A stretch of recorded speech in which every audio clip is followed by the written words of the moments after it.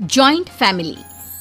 रोशनी, अब तेरी शादी की उम्र हो चुकी है, सब तेरे लिए लड़का देख रहे हैं और तू है कि 8-9 बजे बिस्तर से उठ रही है।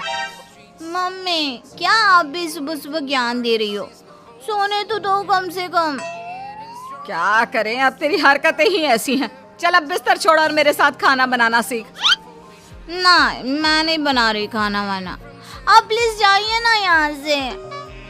रोशनी की बातों से निराश होकर निशा वहाँ से चली जाती है।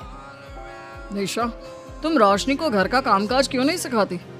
अगर यही हाल रहा फिर तो 2 दिन में उसके ससुराल वाले उसे यहाँ छोड़कर चल देंगे। मैं तो बहुत कोशिश करती हूँ उसे घर की जिम्मेदारियाँ सिखाने की, लेकिन वो मेरी सुने तब ना। आप तो जानते ही हैं ना कि वो कितनी जिद्दी है। हमें निशा के लिए एक ऐसा लड़का ढूंढना होगा जिसका भरा पूरा परिवार हो, सास ससुर से लेकर जेठ जेठानी देवर ननद सब। यहाँ ना सही, लेकिन शादी के बाद उसे वहाँ अपनी जिम्मेदारियों का एहसास जरूर होगा। कुछ दिनों के बाद रोशनी का परिवार उसके लिए लड़का देखना शुरू कर देता है और एक दिन चिराग नाम का लड़का रोशनी को देखने अपने परिवार के साथ उसके घर पहुंच जाता है।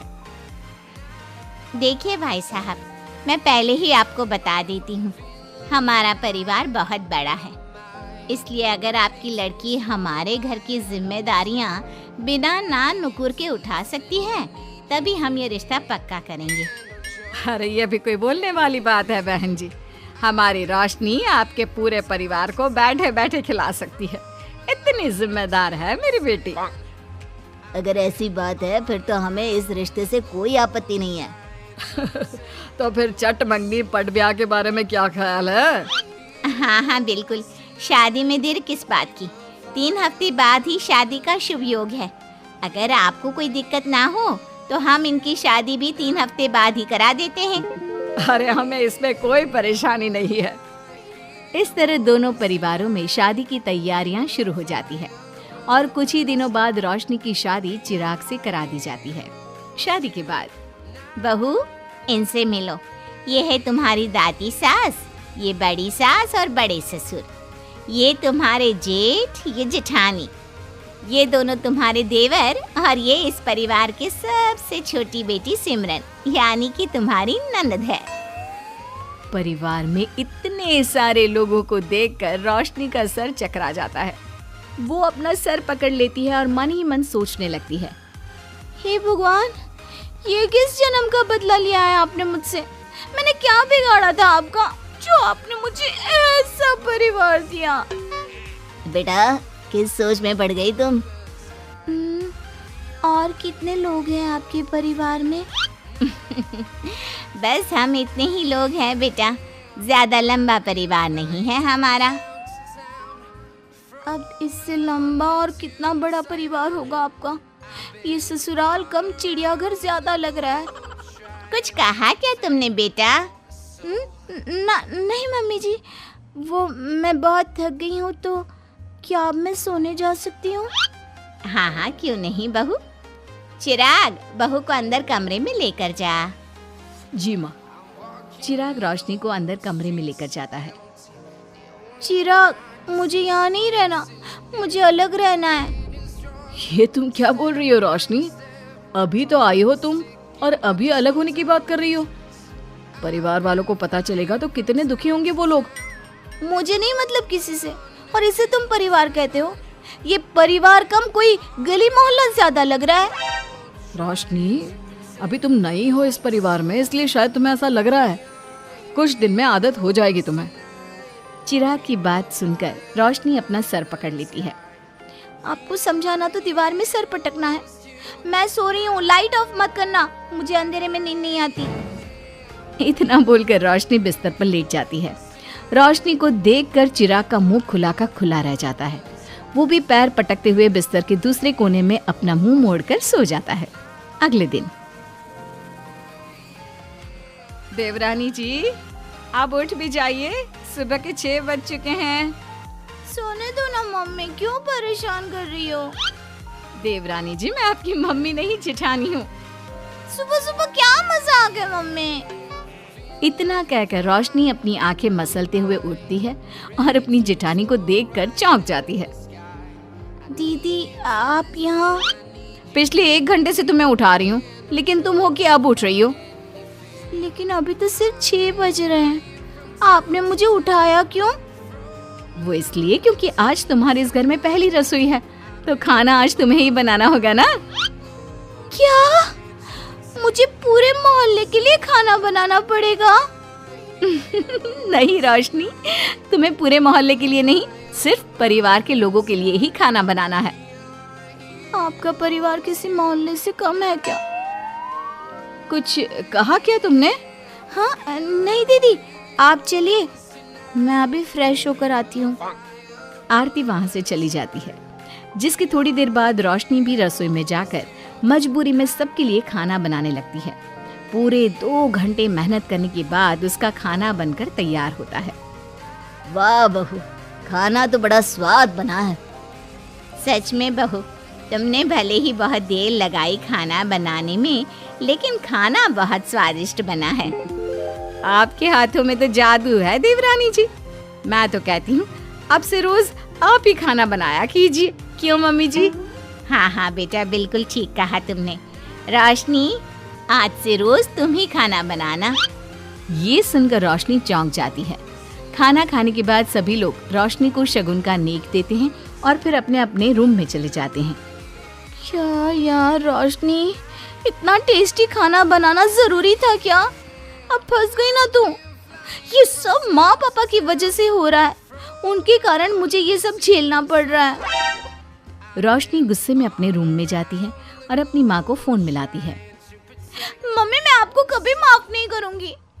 आपने जानबूझकर मुझे इतने बड़े परिवार में भेजा है, जहाँ मुझे सांस लेने की भी फुर्सत नहीं है। हमने ये सब इसलिए किया ताकि तू अपनी जिम्मेदारियां निभाना सीखे। अब मायके की तरह ससुराल में भी अपनी जिम्मेदारियों से मुंह मत मोड़ लेना। मुझे नहीं रहना माँ यहाँ। इस घर में जितने लोग हैं, उतने तो हमारे गली मोहल्ले में भी नहीं थे। माँ, मैं आपसे आपकी सारी बातें मानूंगी, पर प्लीज मुझे यहाँ से ले जाइए। बिल्कुल नहीं, अब से वही तेरा सब कुछ है।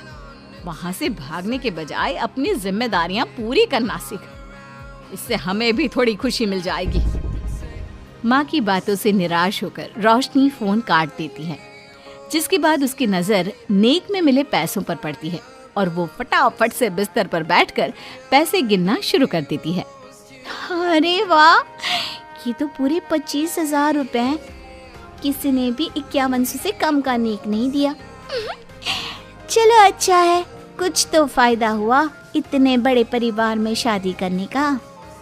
अब इन सब पैसों से मैं अकेले शॉपिंग करूंगी, बहुत मजा आएगा। शॉपिंग के बारे में सोच सोच कर ही रोशनी अपने बिस्तर पर कूदने लगती है। उसे बिस्तर पर कूदता देख सभी लोग चौंक जाते हैं। भाभी, आप ऐसे क्यों उछल रही हो? छोटी बच्ची हो क्या? अपनी ननद की बात सुनकर रोशनी का मुंह खुला का खुला रह जाता है। थोड़ी देर बाद रोशनी घर में बिना बताए शॉपिंग के लिए निकल जाती है और शगुन में मिले पूरे पैसों को शॉपिंग में उड़ा देती है। शाम में, देवरानी जी कहाँ गई थी आप? जानते हैं सब आपके लिए कितना परेशान हो गए थे। कम से कम आपको बताकर तो जाना चाहिए था ना। सॉरी दीदी, मैं आप लोगों को बताना भूल गई। वैसे इतने सारे बैग किस चीज के हैं? तुम शॉपिंग करने गई थी क्या?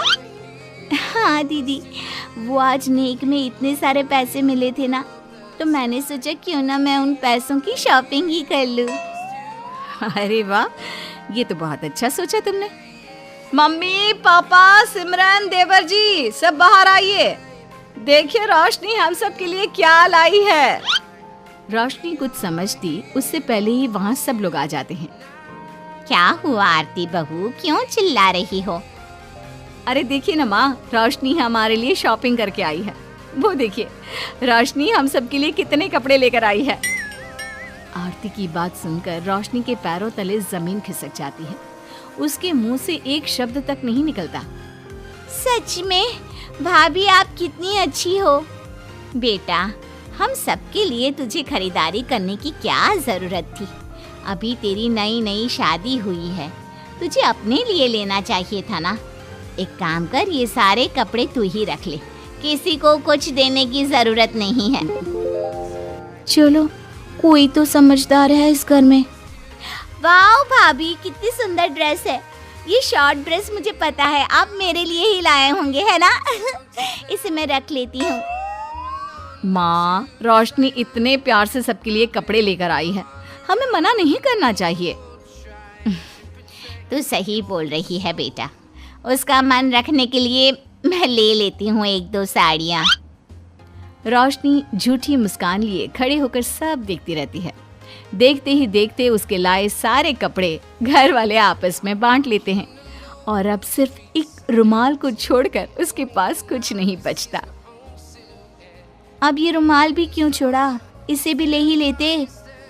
इतने में ही सिमरन रोशनी को आवाज देती है। भाभी, वो गलती से रुमाल रह गया है, क्या वो मुझे मिल सकता है? रोशनी वो रुमाल भी सिमरन को दे देती है।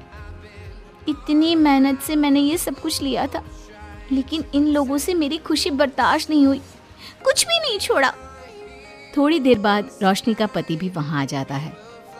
मैंने सुना है आज तुमने सभी के लिए खरीदारी की है, तुम मेरे लिए कुछ लेकर नहीं आई? बस फिर क्या था, इतना सुनते ही रोशनी का पारा हाई हो जाता है और वो चिराग को घूरने लगती है जिससे चिराग डर के मारे वहां से खिसक जाता है। हाय रे, फूटी किस्मत मेरी, जो ये जॉइंट फैमिली मेरे मत्थे चढ़ी।